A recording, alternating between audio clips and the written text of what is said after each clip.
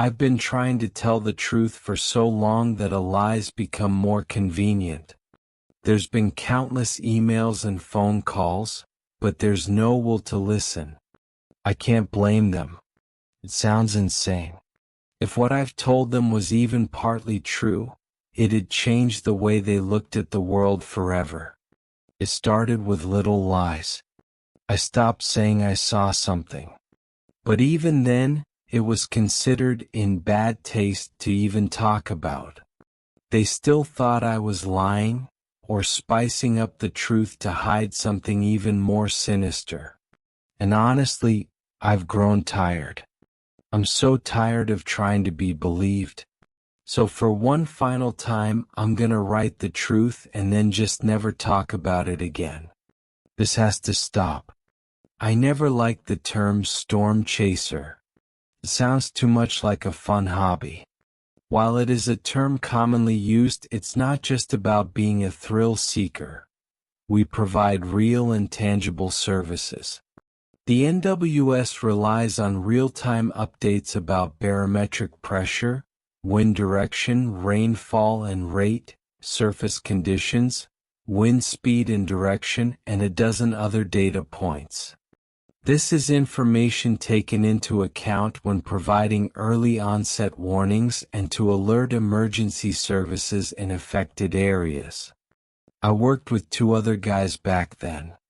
We rode in separate vehicles, the two of them up front with me following in a backup. There was Javier the gearhead. He made sure our cell phones worked even in nasty weather through various cell phone boosters, as well as keeping us updated on satellite, radar, and mesoscale analysis. He was also in charge of the radio, making sure we were up to date on any info coming in from police, the fire department, emergency services, citizen band, CB, or military frequencies. Mostly Air Force, but we could get Marine as well. Second guy was Reed. This meatball-shaped man was a veteran in every sense of the word. He came back from Afghanistan and went, "Oh well, let's check out tornadoes." So he did. He educated himself and got a job as a forensic meteorologist. Yeah, that's a thing. Years later, he started his own business, one which I was employed at. We were on a data gather job for a storm about 6 clicks north of a small Minnesota town, not too far from Rochester. Early predictions had put the storm as passing east of Madison, WI, but there'd been a sudden western shift. They needed boots on the ground for new measurements, and it was looking to be a nasty surprise. There'd been no weather warnings going out as far as St. Cloud, and this thing was puffing up into a monster. We unrolled a quick damage survey as we passed Stewartville. It didn't look like much, a couple of bent saplings along the treeline. But we were at the edge of it. This was just early indicators. We could tell surface conditions were gonna go straight to hell. I was hearing Reed react to it in real time over the radio. "Sky's gonna shit hail," he laughed. "Mark my goddamn words." "Ain't no way," Javier said. "Ain't that kind of pressure." "Boss says it's gonna hail," I added. Glad I've got at least one agreeable man on my side. "Ought to call him Race Chaser," Javier scoffed. "I'm telling you it's not happening." We were breaking the speed limit, but driving in rough conditions kinda comes with the job. Our vehicles go through regular checkups to make sure they can take some punishment. Last thing you want is to get stranded in front of a twister. It's a measure twice, cut once kinda deal. We made our way through Rochester, heading northeast by way of Kellogg. There was a decent chance we'd have to cross the Mississippi. First arm of the storm was about to pass Maxville. Javier couldn't help but to laugh. "It's a quick turn. Quick turn." I could almost hear him shaking his head. Hailstorms don't move like that, he added. You're full of shit, Reed laughed. You'll see. The roads were looking clear as we rolled up on the Wabash and Elson Bridge. The sun was setting, casting a stark contrast between the dark clouds and the red sky. We slowed down to get a better view. I wasn't sure what I was looking at. That's what hail looks like, said Reed. Know that it's clustered, right? Javier sighed. Did the Rockies do it? Ain't no way, I scoffed at the radio. Unless the Rockies are somehow out in New England. Girls, Reed laughed. You're both pretty. It's fine. There was a rest stop just across the bridge. We turned in to check the weather stations and do a preliminary reading.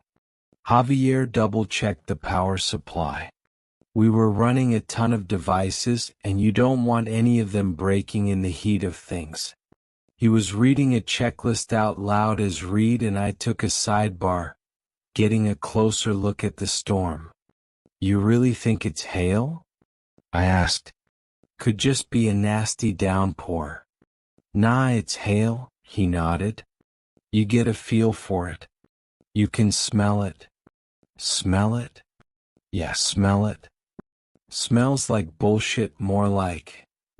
It's what's happening. He pointed south, predicting a sharp movement to the west. Powerful winds. Enough to rip away more than just a couple saplings along the road. We were looking at potentially serious property damage. Checking the weather station confirmed it. Wind direction was shifting fast and picking up speed. We kept going north, heading into Wisconsin, then southeast down the 35. We got a better view of the storm and something just felt off. I had only worked with Reed for about 18 months, but it's like he said, you can kinda smell it. And I did. We kept going for another 10 to 20 minutes, stopped by the side of the road and updated our readings. As Javier updated the local NWS office, Reed stopped for a cigarette. The wind was picking up. The anemometer was picking up speed, spinning faster and faster. Reed was having trouble lighting his cigarette. That, if anything, seemed to worry him. Rain or shine, he could light a goddamn cigarette. It ain't looking good, he said. Not one bit. What are you thinking? I'm not sure yet, he sighed, cupping a hand around his lighter. Looking worse than hail. We talking Twister? He shook his head, finally lighting up a spark. Nah, he sighed. That ain't it. We kept going south for another 10 minutes or so. The clouds were rolling in fast. I could feel the increased moisture in the air sticking to my skin. I had to turn up the AC. We gotta stop for another reading, said Javier. We're getting in the thick of it. We're turning back, said Reed. No, chuckled Javier. No, we ain't. That's moving out of dash. We're turning back. We have no idea what we're running into. You got no idea? Huffed Javier. You really got no idea? You. Yeah. Reed let the pause hang in the air for a bit. I could feel the tension. All right, said Javier. Guess we're going back. Tires screeched as Reed turned. I could see flashes of lighting in the rearview mirror. Then came the thunder. Yeah, it's picking up, Reed said. So it's not hail? Chuckled Javier. I don't know what the hell that is. Told you it ain't hail. Now's not the time to be a smug asshole, Javi, I interrupted. Where we headed? Reed figured we could cut the thing off going north through Nelson, coming out behind it. As he shared his plans, I couldn't help but to notice Javier going quiet. This was a guy who was more banter than man, and all of a sudden he wasn't feeling it anymore. Bad sign. We kept sending updates to the local NWS office, and within minutes there was a weather warning going out. I got one too.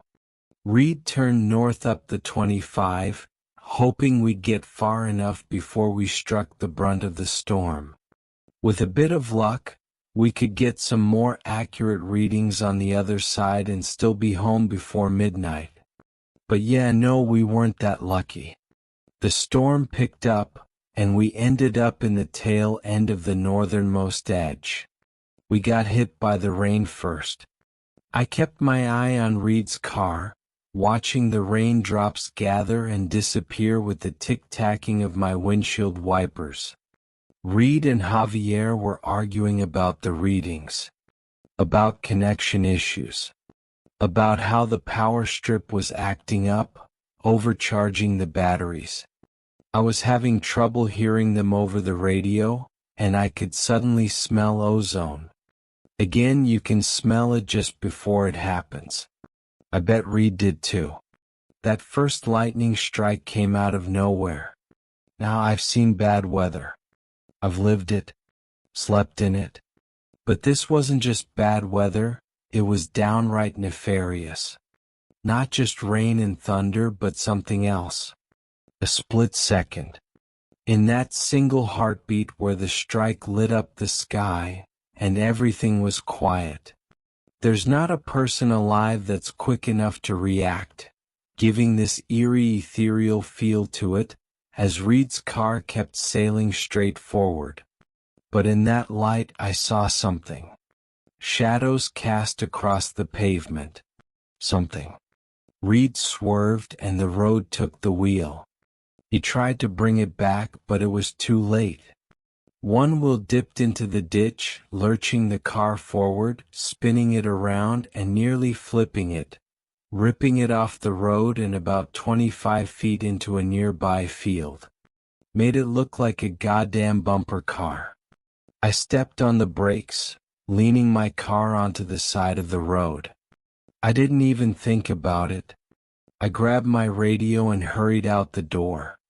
I called out for them to respond, but they were doing the same right back to me. We screamed over one another in those chaotic first few seconds in a garbled mess. Finally, I stopped to listen. Reed came through. "Edie, back in your car." "What?" "Get back in your goddamn car." I wasn't thinking straight. I was heading out into the field with no cover. In a storm, it's safer to be inside the vehicle. It can act as a sort of Faraday cage. I was completely exposed out there. A quick turn of the heel and I was heading straight back to my car. I threw myself into the passenger seat, and the moment I closed the door, the sky lit back up. A single lightning strike reaching from the clouds and into the windshield of Reed's car. And from that light I could see them. There must have been 100 people. Burned people. People with exposed bones, cracked skin, missing limbs. All in various states of decay and decomposition. They were all over, covering the street, circling Reed's car. All just standing there in the white light, staring with dead eyes. And in the blink of an eye, they were gone. Thunder rumbled as the world turned dark. Javier threw himself out of the car. The strike had cracked straight through the windshield, shattering it. I couldn't hear Javier over the radio, but I could see him looking my way, pointing at the driver's seat where Reed sat. Reed wasn't moving. Lightning doesn't move like that. It hits the tallest point, not the weakest. But this one wasn't following the rules. Javier bolted for my car, rushing across the field. I left the passenger side door open and crawled into the driver's seat, urging him on. "Come on," I cried out. Come on. He was sprinting at full speed with this wild look in his eyes. His pupils were so dilated that his eyes looked black. He didn't get far. Another strike, this one piercing straight through him. I could see the muscles contract and burst as his jaw twisted at an unnatural angle. And in that split-second burst of light they came back. They circled him. I could see them across the field in the hundreds, the lightning strike bringing out the image of their forms, looking at Javier with dead-eyed stares. But one of them was looking my way. I didn't recognize him at first, but I couldn't help but to notice him. He was the only one of them looking my way. His eyes had rolled back in his head, and there was a smoldering black spot stretching out from his barrel-framed chest. Just as dead as the rest of them. Looking right at me. I was next. I could barely see. As the light faded, and the figures faded from my eyes, my head shrieked from the pressure. As the thunder shook my car, the world looked gray. I think I was blinded temporarily. Everything looked red when I blinked. I couldn't even see Javier lying out in the field. My first instinct was to take cover. That's what you usually do when you get stuck in a storm. You take shelter and you wait for it to pass. But this was different. It hadn't worked for Reed, and it sure as hell wouldn't work for me. I got out just seconds before lighting rocked my car, burning through the engine block and scorching the pavement underneath. In the flash of light I saw them. They were all there. Javier too, his jaw still twisted and bent. But now they were all looking at me, waiting for me. I stumbled backwards, falling into a ditch by the side of the road. Got my clothes covered in rainwater, stinging nettles, and discolored sunflowers. The rain was relentless. My first thought was to get up and run, but I couldn't get my legs to move. Instead, I just curled into a ball, covered my eyes, and tried to make myself as small as possible. Strike after strike after strike, but it didn't reach me. And with every flash, the figures came closer. By the third flash, I was surrounded by the dead. Shoulder to shoulder, packed like sardines. They didn't say a word. All they did was come closer, reaching for me. It felt like an eternity, every flash of light making my heart skip a beat. It felt like minutes passed in every instant where the ground was struck. I covered my ears and eyes, but there's just no way to not feel it. It consumes your every sense. You can taste it, smell it. It's so bright it burns through your eyelids. It ripples through the hands you use to cover your ears. It's such immense, ungodly power. I could feel them, hands not having the time to grasp me. The smell of decay as a hand blinked in and out, trying to strangle me. A flash of pain as someone tried to bite my leg. But the flash was over before the dead teeth could pierce my skin. I couldn't fight them off. There were too many, and it was impossible to tell where they were coming from. I waved my arms around, frantically, scrambling to protect myself. In a fleeting moment I looked up.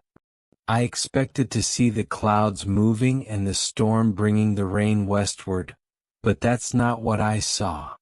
There was an eye up there. An honest-to-God eye, looking straight at me. In hindsight, it must have been as large as a football field. It was such an immense thing that I couldn't comprehend it. It hung there parting the clouds. And with every blink another strike came thundering down, looking for me. I counted 18. 18 lightning strikes in the span of, at most, a matter of minutes. It felt like I'd been there for hours, every strike lasting longer than the previous. But as the rain passed me by, I was left freezing and shuddering. The grasping hands stopped. The biting. The tearing. I was bleeding from cuts and bruises, but I was alive. When I finally got back on my feet, there was nothing but cracked pavement, burned grass, and two bodies. One still in the driver's seat of his car, the other left face down in the rain. It took me a couple of minutes to call it in. I couldn't believe it. I just sat there trying to breathe. I've been telling people about it ever since, but they call it trauma. Like it was all just a big accident waiting to happen. Even people in the business refused to listen, no matter their relation to Reed and his company. A terrible tragedy is all they're ready to say. As if a guy like Reed would mess up this bad. Lightning strikes do not AIM. It doesn't happen. I tracked it as far as I could, but from what I could tell it dissolved somewhere over the coast of Norway. I read something about swathes of gulls being pulverized into rains of feathers in a fishing village over their northwestern coast. But that's where the trail ends. I've never had a problem with storms, until now. Now I wake up in the middle of the night, imagining I just felt the rumble of thunder. I freak out at sudden lights. I can't bring myself to go outside when there's an overcast. I just got this feeling that whatever that was, it didn't like me getting away. Maybe I can tell the next time it's near. I can kinda smell it.